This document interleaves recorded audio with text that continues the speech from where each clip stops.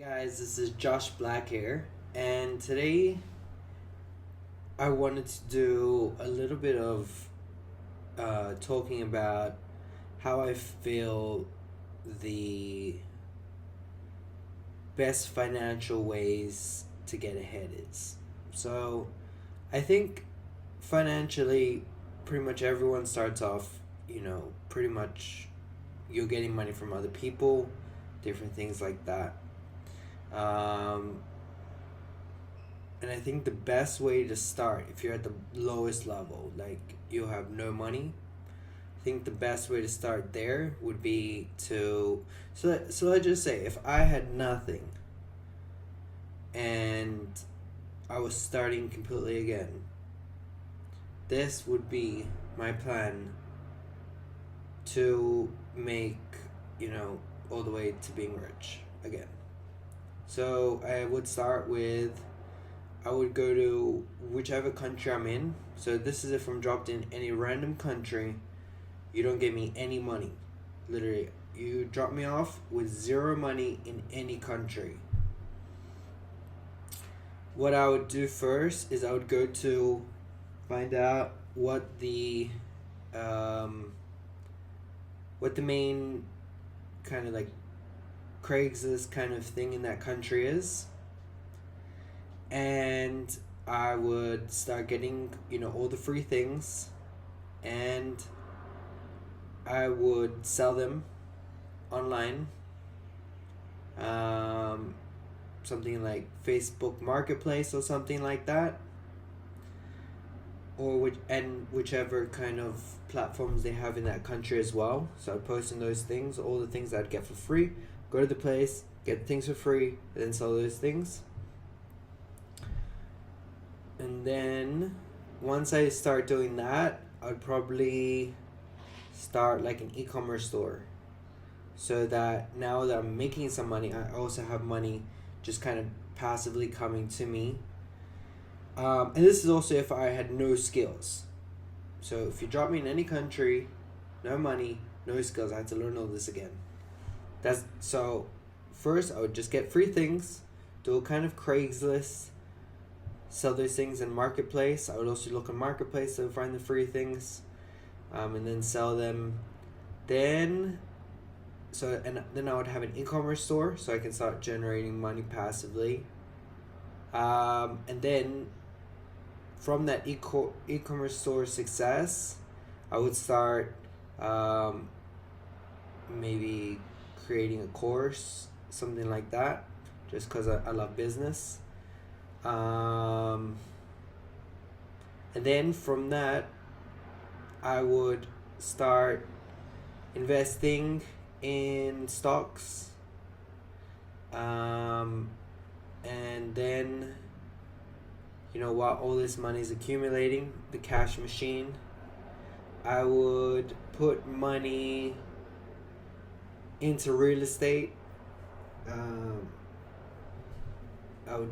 make a real estate deal in that country, and then invest in real estate. I think by that time, then I have this whole machine going. I'd buy more houses, more stocks, and I'd just continue where I am. That would be my way to make it all again. I think it's pretty crazy to think that it's so underestimated that there's literally just a way that you can get that. And, this is probably the easiest way to get to that level.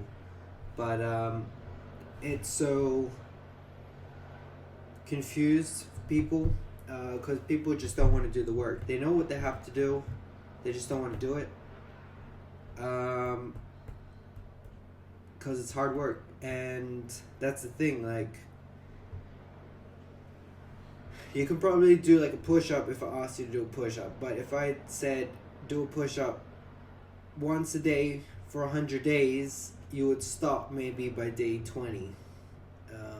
If you're working really hard, it's just most people don't have the discipline to stay consistent to one thing, um, because that's the only way you get better at things. You just stay consistent and you're always improving, always trying to get to the next level. And of course, there's going to be like valleys and hills, and there's gonna be plateaus and growing things, but the main thing is like you just stick to one thing and you're gonna become really good at that.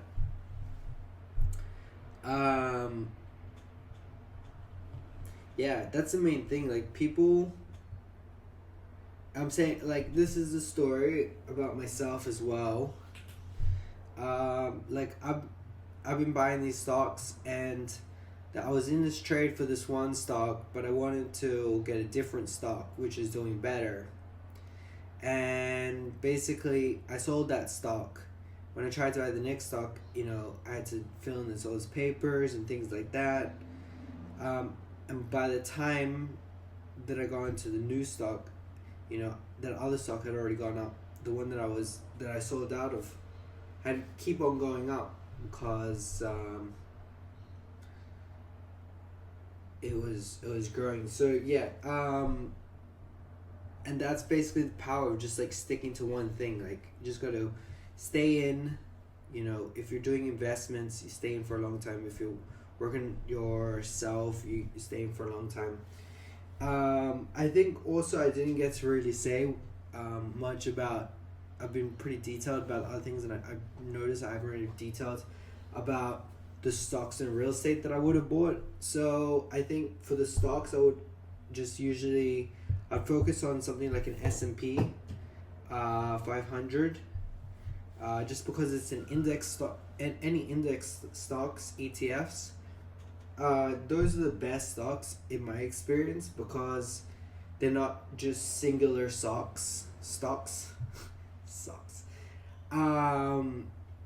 So that means that if one company goes down, it's not going to really hurt you. It's mainly if a lot of stocks go down. So that's something really cool. It's nowhere else. There's no one else has like an ETF, an index stock. Like Bitcoin doesn't have an index stock. Like I guess you can say like the Bitcoin itself could be the index, but it's not it's not a complete index fund. Like an index fund would mean that you have like Amazon, Apple, Microsoft, and hundreds more, 500 of those kind of companies in one stock, and you're paying a small price. So let's just say like one stock of Amazon costs like 1,800. One stock of Microsoft costs 200, so we're already at 2,000, and then there's 500 of those. So it adds up pretty quickly when you have to buy these kind of stocks. So the main thing is when you have like a just like an index stock, which basically means that it's like buying hundreds of companies. Like most people are like, oh, how do I buy a company and fix it up? So how do I buy a company and then make money with that? Like for most people to buy a company, you have to be professional at that company before you start buying companies, because you have no idea what you're doing. It's not like you just buy it and all of a sudden you're the best CEO that knows how to run these companies. You have to already have those skills. So that's why I usually say if you can just literally buy a stock, it's like buying the stock with the CEO. And it's crazy, you can buy things like Apple, which is like Jeff Bezos, as a stock. And that means whenever he works hard, it means that you're getting the earnings of him working hard, for all your savings, which is crazy to think about. That's why I love investing, because literally you're buying like a company and the CEO, and you get to keep your money in like a stock bond so that you can sell it when other people want it. So even if it goes down, it doesn't even matter. Like what does it even mean going down? Like it just means like nothing, literally, because it's someone's working. So there's always gonna be someone in that business, and as that business grows, then your money grows, which is crazy. So that's what I would do with the stock. And then for the house, I guess I would start with something small. Like, it doesn't matter where, because as long as I'm getting the returns, it doesn't matter. Something with a high rental return, because the markets go up and down. But if you can get a high rental return, then that basically means that if you put 20% down deposit, then you'd be getting 100% of the 10% of the money that you get the 80% of, right? You still have to pay mortgage and things like that, but if you're getting over the mortgage, all the money in between is net profit. And pretty much you could just hire a real estate company to pretty much take care of it, and it's not really that much maintenance that's ever going to like really affect the property, because you're always going to make more money than that. Like, things happen, but mostly going to be in profit from that. So that means that if you're going to do 10% of, let's say if you're doing $10,000 to get a $50,000 investment, that's 20%. Then let's just say, what's 10% of 20,000 is 2,000. But if you're going to get 10% of 10,000, so it's 10% of 10,000 is 1,000. But 10% of 50,000 is 5,000. So that's 5x ROI, because you're leveraging other money. And then of course there'll be something, but still that net profit between the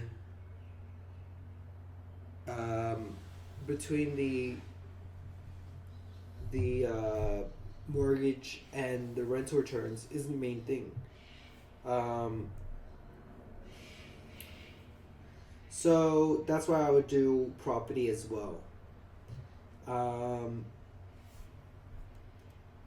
And yeah, that's the way that I would, if I was going to start again with nothing. That's what I would do. Thanks.